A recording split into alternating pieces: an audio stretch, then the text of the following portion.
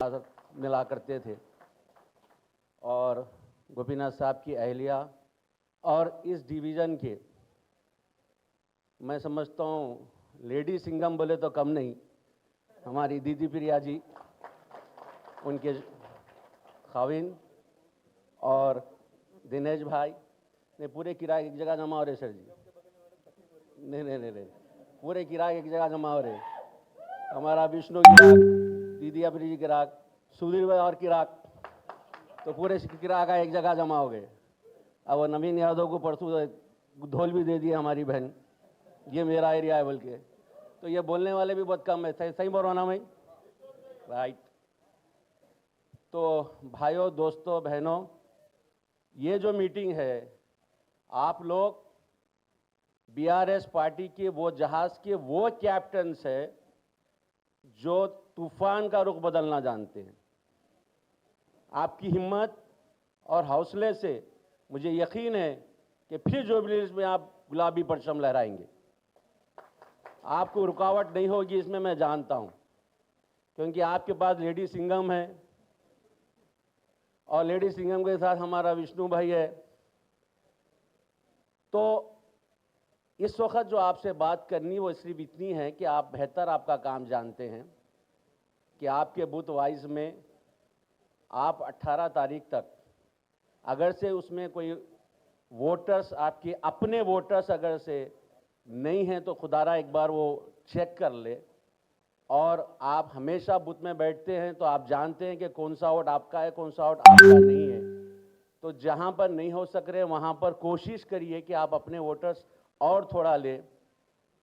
KTR साहब अभी बोल रहे थे कि जो डिवीज़न में सबसे ज़्यादा वोट बूथ में आएंगे वो बूथ कैप्टन को जो है केटीआर साहब जो है अवार्ड भी देंगे और केसीआर साहब से साथ भी मिलाएंगे।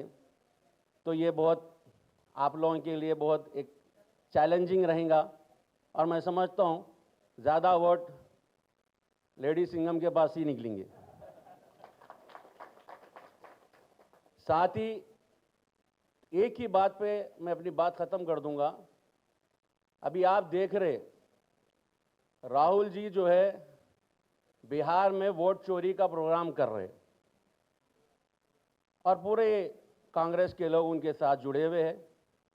मगर बदकिस्मती से राहुल जी जो करते हैं रेवंत रेड्डी उनके खिलाफ करता है। ये उनका है आदमी, किसका आदमी है समझ में नहीं आया। हाँ, राहुल जी मोदी से लड़ते, ये मोदी को बड़ा भाई बोलता। राहुल जी अडानी अंबानी से लड़ते, ये उनको बिजनेस देता। राहुल जी सीबीआई और ईडी से लड़ते, ये उनको यहाँ पर अच्छी एजेंसी बोल के काम देता। कांग्रेस से कोई एमपीओं को वर्क नहीं देते तेलंगाना में, बीजेपी के आदमी को वर्क मिलता, सीएम रमेश को। उसी तरह जो ये वोट चोरी का जो किस्सा चल रहा है, जो इतनी मेहनत राहुल जी कर रहे हैं, आपको मालूम है सनंदनगर की जो कैंडिडेट है कांग्रेस की, जिसको रेवंत रेड्डी ने टिकट दिया था, कोट्टा नीलिमा, उनको दिल्ली इलेक्शन कमिश्नर शो का नोटिस भेजा। उनके 2 वोट है दिल्ली में और सनंदनगर में। तो अब राहुल जी किधर वर्क करना, क्या बोलना, मेरे को तो समझ में नहीं आ रहा। जो राहुल जी बोलेंगे उसके खिलाफ ये जाएगा।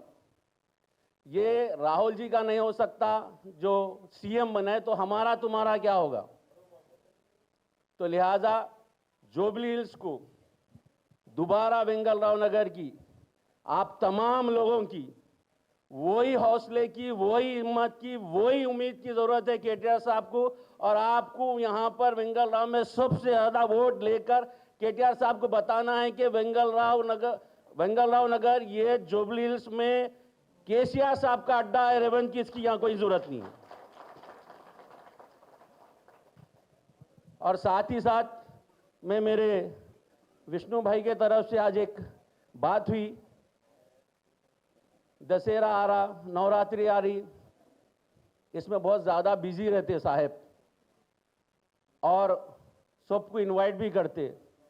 आज एक इनवाइट को भी गए तो लोग कुछ गलत समझ रहे, क्योंकि मैं विष्णु का बड़ा भाई की हैसियत से बात कर रहा हूँ, बोल रहा हूँ ना। ऐसा कुछ भी नहीं है। कांग्रेस के ज़माने में भी कविता मैडम को साहब जाके इनवाइट करते थे, मगर इसका मतलब ये नहीं है कि बीआरएस पार्टी से नहीं, ये सभी को इनवाइट कर रहे, कांग्रेस वालों को भी इनवाइट करे, जो मंदिर को आते बराबर उनको ये इनवाइट करते हैं एज ए ट्रस्टी। मैं मीडिया से अपील करता हूं कि खुदारा इसको दूसरा रुख मत दे। विष्णु की बात जहां तक है तो मैं आपको बता दूं कि कांग्रेस के पीसीसी प्रेसिडेंट से लेके हाई कमांड तक डेली विष्णु को गोलियां डाल रही, डेली विष्णु को लाने की कोशिश कर रहे हैं, और ये बंदा एक ही बात बोलता है, नहीं मैं केटीआर साहब को जबान दिया, मैं नहीं हिलने वाला हूं। तो ऐसे आदमी पे दामन पे कीचड़ लगाने की कोशिश मत करो। ये तुम्हारी चाल हमको अच्छी तरह से जानते।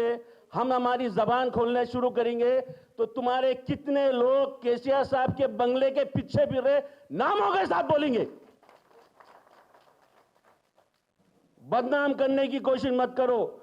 मेरे भाई का दामन पाक है, उस पे उंगली उठाने की कोशिश मत करो। शुक्रिया।